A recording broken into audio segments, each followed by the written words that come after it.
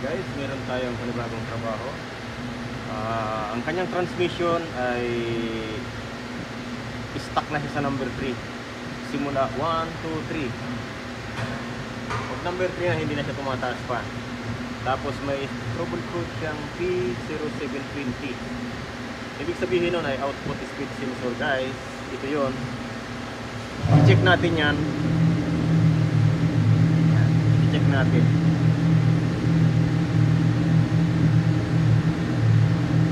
Kasi baka TCM ang problema.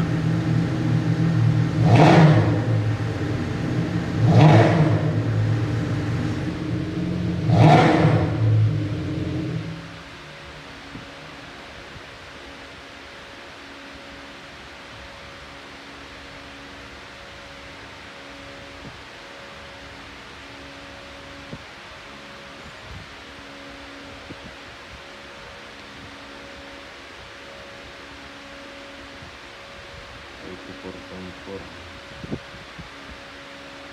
128 12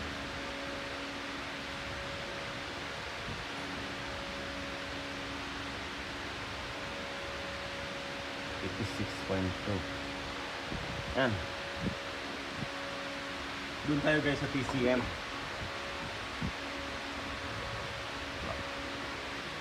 I-check upin naman natin yung TCM. Ito na guys, tinanggalan natin yung ball body. Pinaklas na rin natin yung mga solenoid, pati yung kanyang ring switch, dahil dito yung nakakonect guys. Susukatin natin ito, i-check upin natin yan, dahil minsan nandito lang ang problema. Minsan, pero kadalasan nandito PCM. Ngayon tinaranggal na rin natin at susundan natin lahat ng connection niya guys, galing dito, galing dito. Susundan natin yan papunta doon, dito sa side na ito guys. Ayan, ito yung kanyang PCM. Kapag may connection siya lahat, ang problema niya ito, papalit tayo ng buong ball body.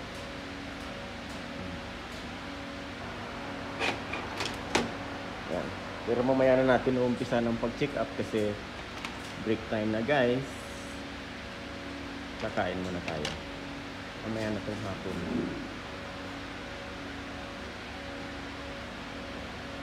Yung kanyang PCM.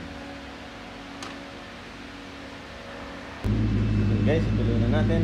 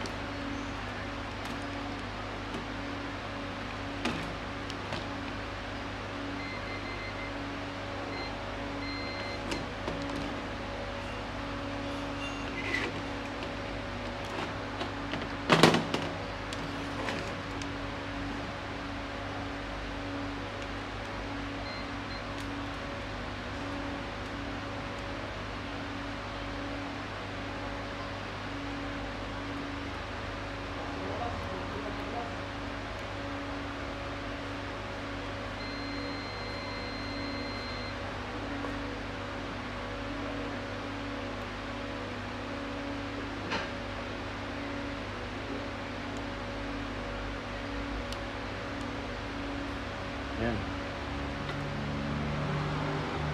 Saan yun? Dito.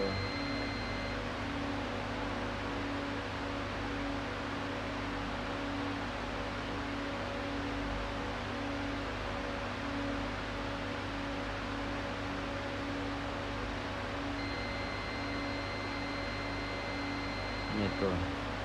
Itong Itong linyang yan galing dito. Ayan, meron mukhang PCM guys.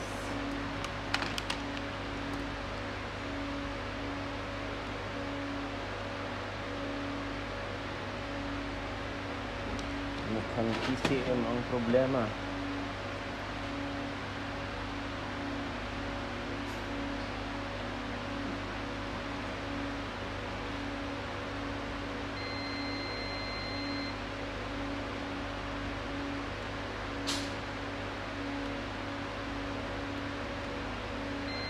Siya.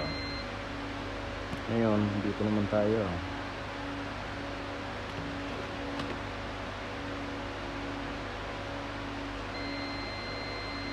Ayan siya, magkatabi sila.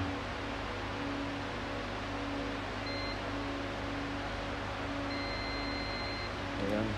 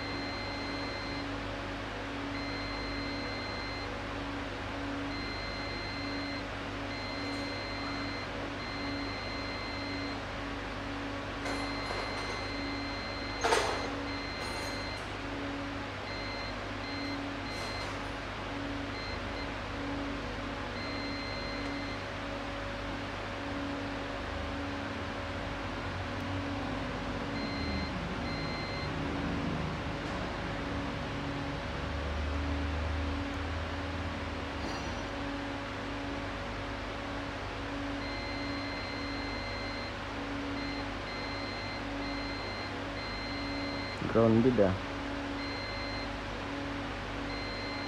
Lahat may connection. So nandito sa pangatlo, lahat may connection. Yan, may connection.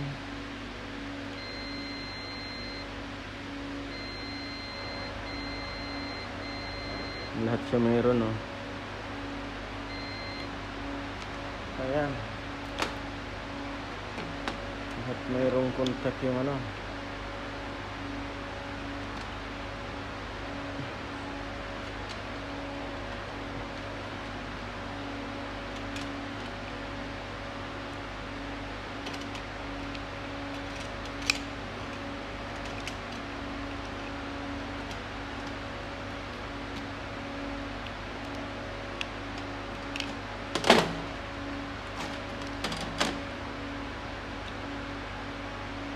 Wala ring second hand. Kaya obligado tayong palitan ng buo. Replacement ang PCM or ball body. Lahat ng ano yan, isang buo yan guys, pati ball body. Ayan. Yan ang kanyang problema. Bibili tayo ng buong ball body. Grounded na siya. Kaya nag-i-error ito. At hanggang number 3 lang ang kanyang speed. Hindi na siya umabot ng 7 speed. 3 speed na lang. Ito naman guys ang mga solenoid yan. Ito. Tapos ito naman input speed sensor A and B. Ang hatol natin dyan guys, palit tayo ng buong ball body. Hindi ka kasi makakabili ng ganito lang, PCM lang. Assembly na siya kapag Nissan Patrol 400. Ayan.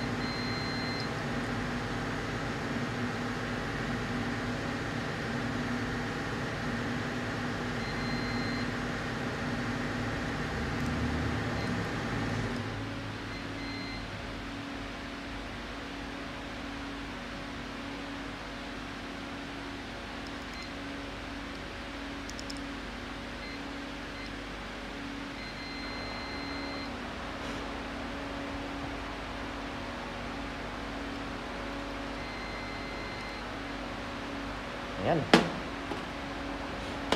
Kapag mga ganitong trouble guys, ang tatakbuhin nyo mga connectors. Pag okay ang mga connectors, palitan nyo ng PCM. Kasi minsan talagang sira na ang load na yan. Ayan. May diferensya na yan para dun sa trouble code na yun ng output speed sensor. Minsan nandito rin, pero ito ang pinaka problema niya talaga guys, 100% ito. Minsan nasa sensor din yan, pero bihirang-bihira mangyari. Ang pinakamadalas nandito. Minsan lang yan na nandito ang problema. At minsan lang din sa sensor. Lahat ng problema niya nandito. Yan. Mag-order ako guys ng bagong PCM. Yan. Ang hatol natin, replacement PCM. Pero buong balbadi yan guys. Hindi ka makakabili ng ganito lang. Nandito ang ating pinaka problema. Hindi ko alam kung ilang araw bago dumating yung ating PCM or buong balbadi para makita nyo kung ano ba talaga yung dapat gawin, palit o repair. Yan. Pero para sa akin palit, hindi yan marirepair guys.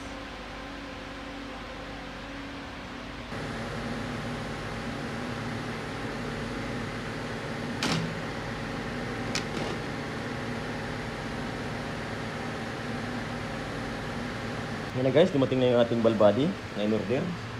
Ayan. Bagong dating yan. Ito na yung luma. Ito yung may problema ng output speed sensor at hindi nagkakambyo sa 4, 5, 6, 7. Ayan. Hanggang stuck lang siya sa number 3. Yan, box na natin guys.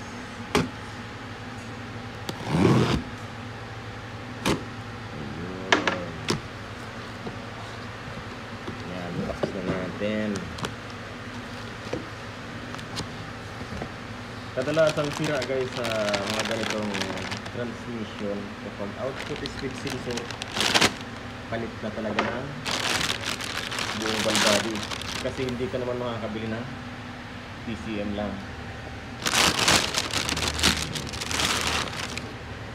Lalabas natin.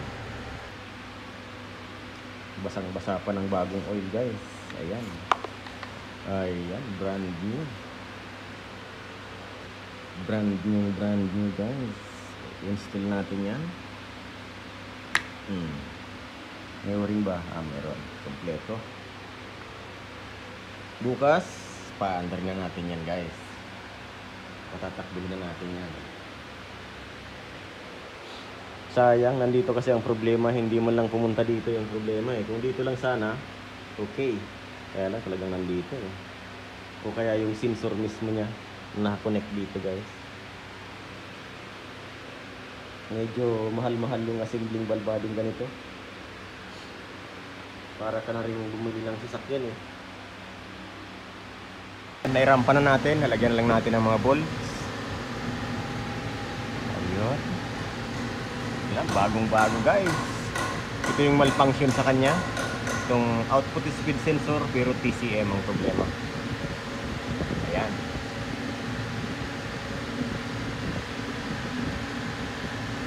Lalagay na natin lahat ng bolts guys, mga panggilid. Ngayon titingnan natin ito. Okay. Sakto. Tama.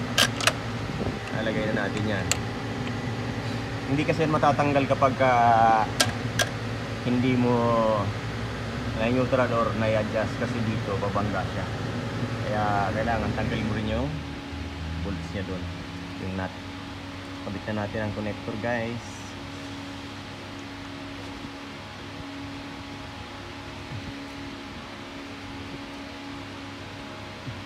Subuti pa yung 6-speed na na transmission, hindi masyadong sirain yung kanyang PCM. Ito mga ganitong 7 speed Ito ang sakit nito, yung out of speed sensor nya. Pag yan ang nagka-problema, stuck lang siya sa number 3, hindi na siya umaangat pa. Yes, guys. Okay, yan, kukubera na natin.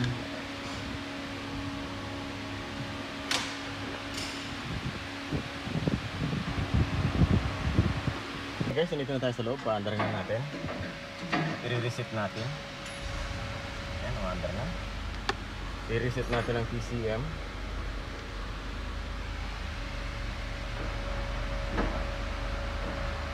Testingin natin.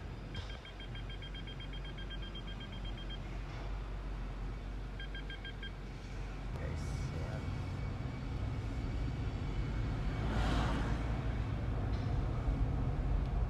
Okay. Maganda siguro. Doon tayo sa buwelo.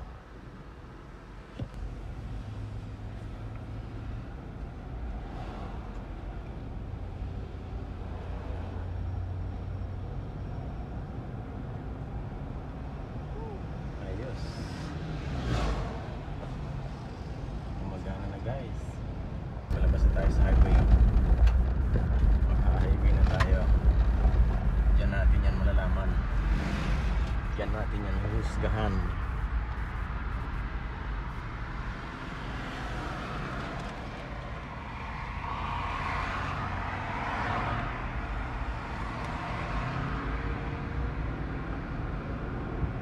Ayun, ayos. Okay. Ayos oh. Puri speed niya at 5.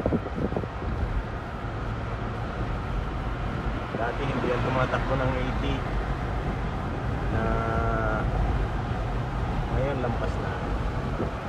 Tapos ang kanyang RPM nasa 1.5 lang. Guys, hanggang dito na lang ating video. Maraming salamat guys.